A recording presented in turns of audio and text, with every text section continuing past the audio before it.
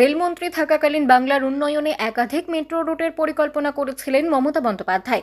সেই পরিকল্পনাই আজ বাস্তবায়িত হলো। 3টি মেট্রো রুটের উদ্বোধন করলেন প্রধানমন্ত্রী নরেন্দ্র মোদী। তাই স্মৃতিমেদুর মুখ্যমন্ত্রী মমতা বন্দ্যোপাধ্যায়।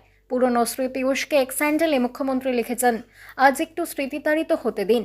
ভারতের রেলমন্ত্রী হিসেবে কলকাতায় অনেকগুলি মেট্রো রেল করিডোরের পরিকল্পনা করা এবং অনুমোদন দেবার সৌভাগ্য আমার হয়েছিল।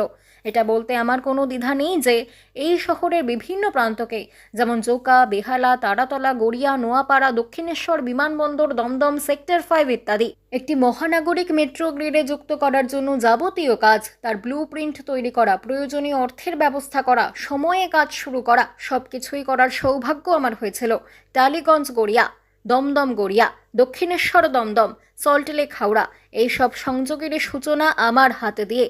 ইস্ট ওয়েস্ট মেট্রো রেলপথের রুটও বাস্তবসম্মতভাবে পরিবর্তন করে তার রূপায়ণের পথ আমি প্রশস্ত করেছিলাম। এইসব কাজের জন্য মেট্রো রেলওয়ের একটি পৃথক জোনও আমি কলকাতায় করি। সারা ভারতে 20টি জোন ছিল।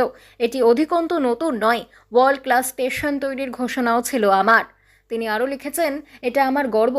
পরে পশ্চিমবঙ্গের মুখ্যমন্ত্রী হিসেবেও এই প্রকল্পগুলোর বাস্তবায়নে আমার সক্রিয় অংশগ্রহণ ছিল। রাজ্যের তরফ থেকে বিনামূল্যে জমি দেওয়া, রাস্তা তৈরি করে দেওয়া, বাস্তুচ্যুত মানুষের পুনর্বাসনের ব্যবস্থা করা সহ যাবতীয় বাধাবিঘ্ন সরিয়ে যাতে দ্রুত গতিতে কাজ সম্পন্ন হতে পারে তার বন্দোবস্ত আমরাই করেছিলাম। রাজ্যের মুখ্য সচিবেরা ধারাবাহিকভাবে একাধিক কোঅর্ডিনেশন মিটিং করেছেন যাতে নির্বাহী বিভিন্ন এজেন্সির মধ্যে সমন্বয় বজায় থাকে, কাজের সুবিধা হয়।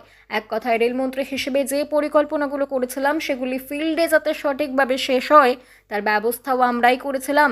এই সৌভাগ্য আমার হয়েছিল। মেট্রো পরিকাঠামো সম্প্রসারণ আমার একটি দীর্ঘ সফরের অন্যতম অংশ। আজ আমাকে একটু নস্টালজিক হতে দিন।